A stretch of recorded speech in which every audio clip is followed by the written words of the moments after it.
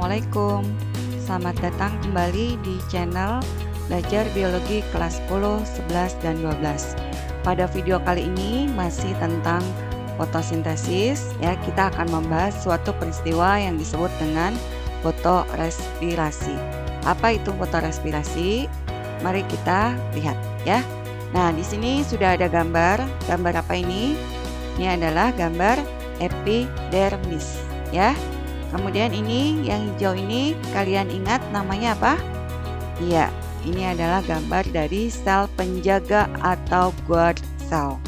Kemudian ini ada lubang. Lubang ini adalah stomata atau mulut daun ya. Kalian ingat apa fungsi dari stomata ini? Ya, stomata ini mempunyai fungsi untuk keluar masuk gas. Jadi nanti ada gas yang masuk dan ada yang keluar ya. Gas apa yang masuk? Yang masuk adalah karbon dioksida CO2, karena nanti CO2 akan dipakai untuk fotosintesis ya, tepatnya reaksi gelap fotosintesis. Sementara yang akan keluar adalah O2, oksigen. Oksigen sebagai hasil fotosintesis. Kita sudah belajar oksigen ini hasil dari reaksi terang ya, tepatnya dari fotolisis air ya. Fotolisis air menghasilkan O2. Nanti O2-nya akan keluar lewat stomata ya. Nah, dalam kondisi normal terjadi proses seperti ini, CO2 masuk, O2 keluar. Tapi ada kalanya kondisi lingkungan berubah. Misalnya kondisi lingkungannya berubah menjadi panas. Maka apa yang terjadi? Kalau panas, maka tumbuhan akan menutup stomata.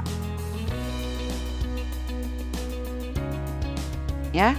Nah, kenapa ditutup stomatanya? Supaya mengurangi keluarnya air dari tubuh tumbuhan. Ini ya. Nih stomatanya tertutup. Ini stomata terbuka sehingga CO2 dan O2 bisa masuk dan keluar, sementara ini stomatanya tertutup karena kondisi lingkungan yang cukup panas. Jadi apa yang terjadi ya? Yang terjadi CO2 bisakah masuk? Nggak bisa ya, pintunya ditutup. Jadi nih CO2 dicegah untuk bisa masuk ya. Kemudian O2 gimana? O2 bisa keluar nggak? Nggak bisa juga ya, sama ini O2-nya terperangkap di sini di dalam daun ya. Nih O2 tidak bisa keluar ya. Nah, sementara ini terjadinya di siang hari. Ini siang hari nih, misalnya ada cahaya matahari di mana di tubuh tumbuhan tersebut sudah terjadi peristiwa fotosintesis yang pertama atau yang awal, yaitu reaksi terang, di mana pada reaksi terang sudah dihasilkan apa saja? Masih ingat ya, ada ATP, ada NADPH, dan ada O2. Nah, ini hasil reaksi terang. Nah, sementara tumbuhan tersebut akan melanjutkan fotosintesisnya ke reaksi gelap ya, reaksi gelap.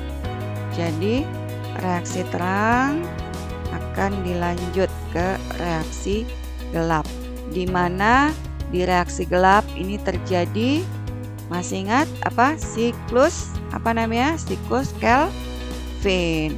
Nah, di mana tahap pertama dari siklus Calvin adalah fiksasi atau pengikatan CO2 ya. Siapa yang mengikat CO2? Yang mengikat CO2 adalah RUBP ya. Jadi dalam kondisi normal sini RUBP akan berikatan dengan CO2 menghasilkan fosfogliserat asid ya. Nah, di sini nanti akan dibutuhkan enzim.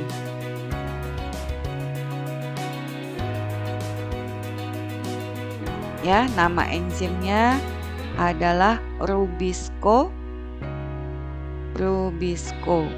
atau boleh juga disebut RUBP karena dia berikatan dengan karbon dioksida, maka sisi enzimnya adalah karboksilase.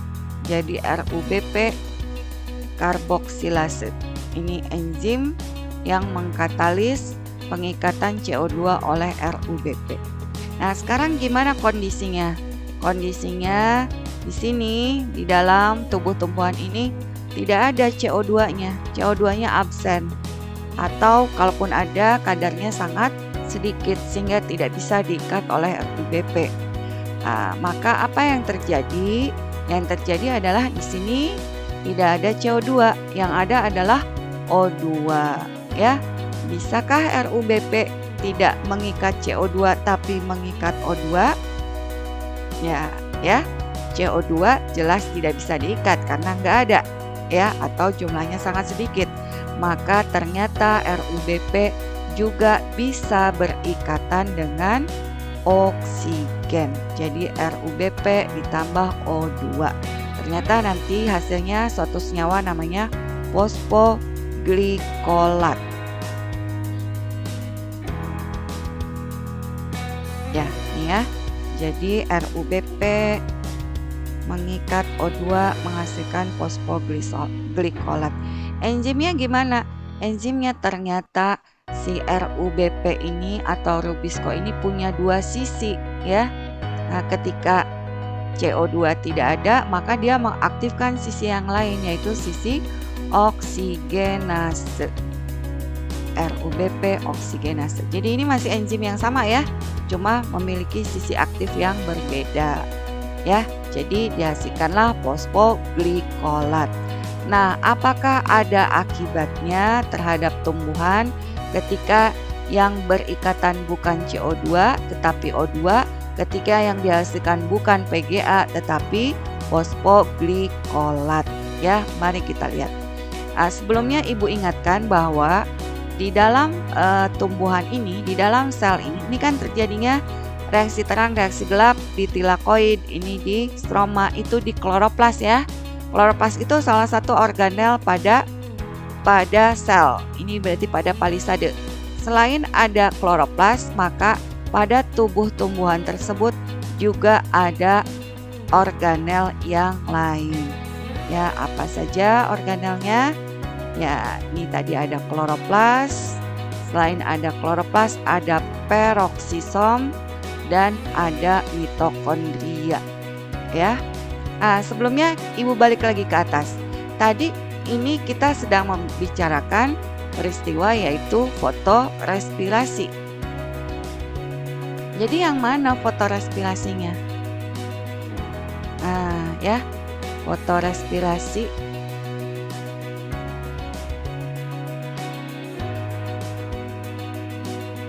Nah, ini adalah peristiwa fotosintesis di mana sedang berlangsung reaksi gelap, ya, ada RUBP.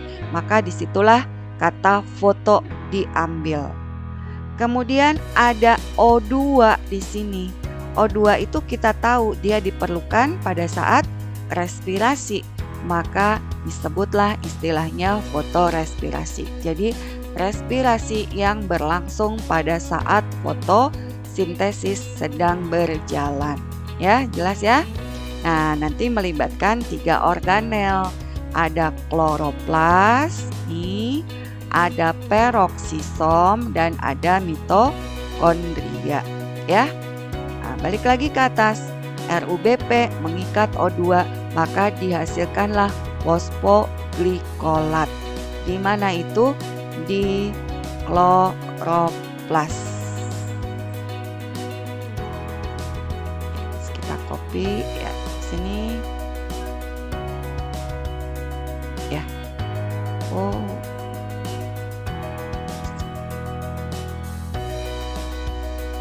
Ya, kita punya fosfoglykolat. Di mana? Di sini ya, di kloroplas. Fosfoglykolat. Nah, nanti fosfoglykolatnya akan berubah menjadi apa? menjadi glikolat. Glikolat.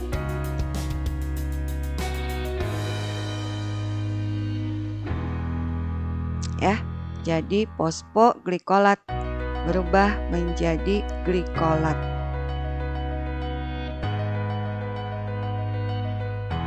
Nah, glikolatnya pindah dari kloroplas pindah ke peroksisom. Pindah ke sini.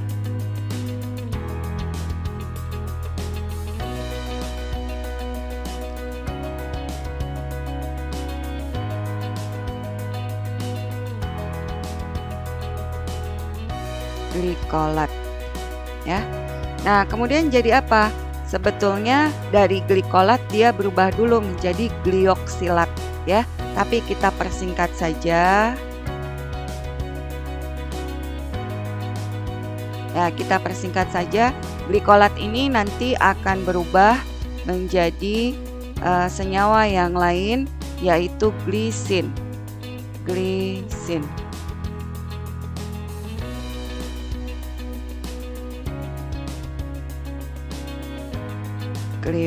Glikolat berubah menjadi glisin.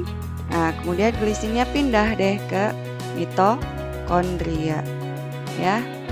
Jadi di situ ada glisin.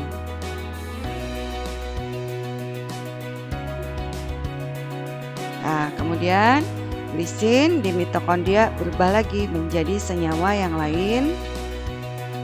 Nah, namanya serin.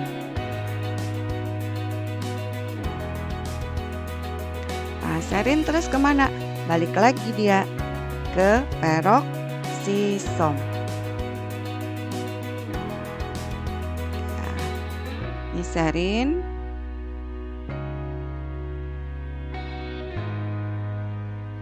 Nah, terus habis itu dia berubah jadi apa? Jadi senyawa yang lain. Nah, sebetulnya jadi hidroksipirufat dulu. Hidroksipirufatnya kita lewati aja, kita langsung dia berubah menjadi gliserat ya. Jadi serin jadi hidroksipirufat, habis itu jadi gliserat. Ini masih di peroksisom. Nah, gliserat pindah balik lagi kemana? Ke kloroplas. Ya, jadi di kloroplas sekarang ada gliserat.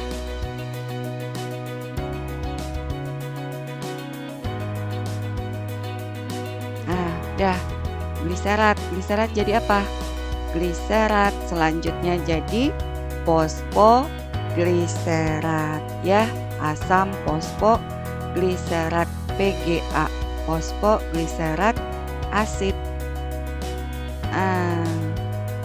Ada apa sekarang? Dari gliserat jadi PGA, jadi ada fosfatnya. Nah, dikatakan mengalami defosforilasi. Ini ya. Ini ada ATP. ATP. Nah, ini kan P-nya. ATP berubah jadi ADP. P-nya nanti masuk ke gliserat sehingga jadilah PGA. Selanjutnya biasa masuk ke siklus Kelvin ya, dari sini masuk ke SC. SC adalah siklus Kelvin ya. Nah, apa akibatnya atau pengaruhnya kepada tubuh tumbuhan ketika terjadi fotorespirasi? Nah, karena RUBP di sini tidak langsung mengikat CO2, tidak dapat mengikat CO2 dan tidak dihasilkan PGA, sementara PGA itu nanti di siklus Kelvin akan dirubah jadi glukosa, glukosa ya, C6H12O6. Kalau di sini ketika fotorespirasi tidak ada PGA tetapi ada fosfoglikolat. Walaupun nanti dia berubah menjadi PGA juga, tapi itu memerlukan waktu dan mengurangi konsentrasi PGA yang dihasilkan, sehingga akibatnya C6H12O6 yang dihasilkan juga berkurang ya. Kalau ini terjadi pada tanaman, ya misalnya tanaman padi, itu akan merugi pada para petaninya karena panennya, jumlah panennya akan berkurang, ya sangat banyak berkurang. Jadi itu fotorespirasi merugikan bagi tumbuhan, ya. Ya demikian peristiwa fotorespirasi, ya. Kita akan lanjutkan di video selanjutnya mengenai perbedaan tanaman C3, C4, dan CAM dalam proses fotosintesis. Assalamualaikum warahmatullahi wabarakatuh.